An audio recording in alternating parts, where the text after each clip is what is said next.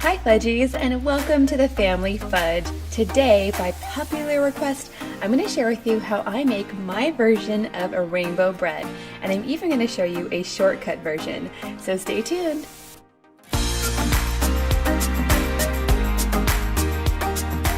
before we get started, don't forget to subscribe and give this video a big thumbs up. Now, I've been making themed lunches for quite some time, and it's one of my favorite ways to make lunches for my kids. I've had so many requests to do a unicorn themed lunch, and that's exactly what I did this week. Now, if you want to check out that video, I will link it down below. It was super fun. In that video, I used this bread for sandwiches, and I wanted to go more in depth and show you exactly how I made it because it was actually really easy. And then, like I said, I'm also going to show you a shortcut version. And the shortcut version's great if you want to use less food coloring. It all starts with your basic bread dough. You definitely could make your own bread dough here, but I'm taking some help from the store by buying some pre-made dough. Makes it so much easier. I'm also using some gel food coloring, a little bit of flour to make sure my dough doesn't stick. I'm using some bread loaf pans I found at the Dollar Tree. And because I don't want to stain my hands, I'm going to wear some food safe gloves. I'm going to start by dusting my working surface. I have some parchment paper down because I don't want to stain my countertop either. I'm going to go ahead and remove my dough. This was frozen and I defrosted it. So I'm going to go ahead and try to divide it into equal parts. I'm going to want 6 pieces. You definitely could make more or less depending on how many colors you want to do. I'm going to try to get these pieces as equal as I can. Now this dough is still a little bit cold. I definitely need it to come to room temperature and I need it to rise a bit. So I'm going to go ahead and put a damp kitchen towel over it and I'll come back in about 10 or 15 minutes. After the dough has had a chance to rise, it's time to add the food coloring. Now this part definitely gets messy. That's why it's important to have gloves if you don't want to stain your hands. I'm going to go ahead and start dyeing my dough. It takes quite a bit of food coloring to do this. Now you can add as little or as much food coloring as you like, but if you want a nice vibrant color, you're going to want at least a teaspoon or so of food coloring. And all you have to do is work it in. I'm going to go ahead and place this dough in a separate bowl because it is going to have a second rise before I layer them. So for this bread, I'm doing yellow, then I'm going to do some orange, red, purple, blue, and green. And now it's time to start layering the dough. This part is really easy, but it does take some time. I'm going to start with my red first, and I'm going to work on a floured surface with a floured rolling pin because I don't want anything to stick. I'm going to roll this out nice and thin, and I want it to be a little bit larger than the pan that I'm going to bake it in. I'm going to set this red piece aside and get started on the next piece, which is going to be orange.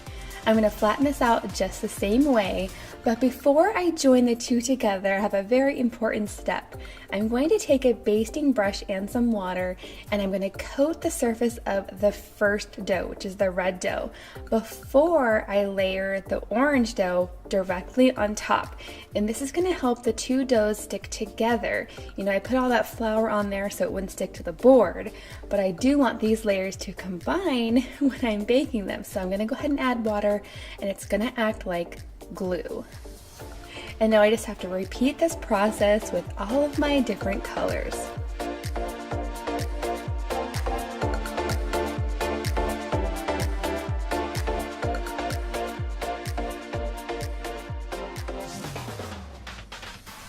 So now that I have all of my dough on there, I am going to go ahead and make sure to press it down nice and firmly. I'm going to go over it with my rolling pin one more time just to make sure I get rid of all of the air bubbles. I don't want any big holes in my loaf after it's done cooking, so I gotta get all of those air bubbles out. And before I roll it up, I do want to add another layer of water, and that's going to help all of these layers stick together once I have them in the pan. And I'm going to roll mine so that the purple is on the outside, but you definitely could reverse it if you prefer. Before I add my dough to the pan, I'm going to prepare it with a little bit of cooking spray and a sprinkling of flour. Then all I have to do is get it into the pan. I am going to cover this for about 10 minutes or so before I stick it into the oven.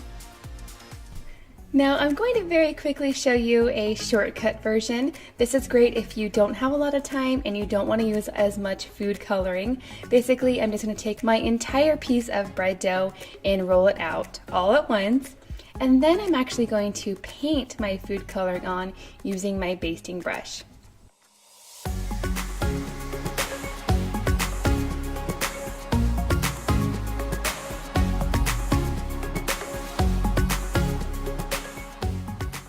Once I have this side painted, I'm going to flip it over and do the same thing on the other side.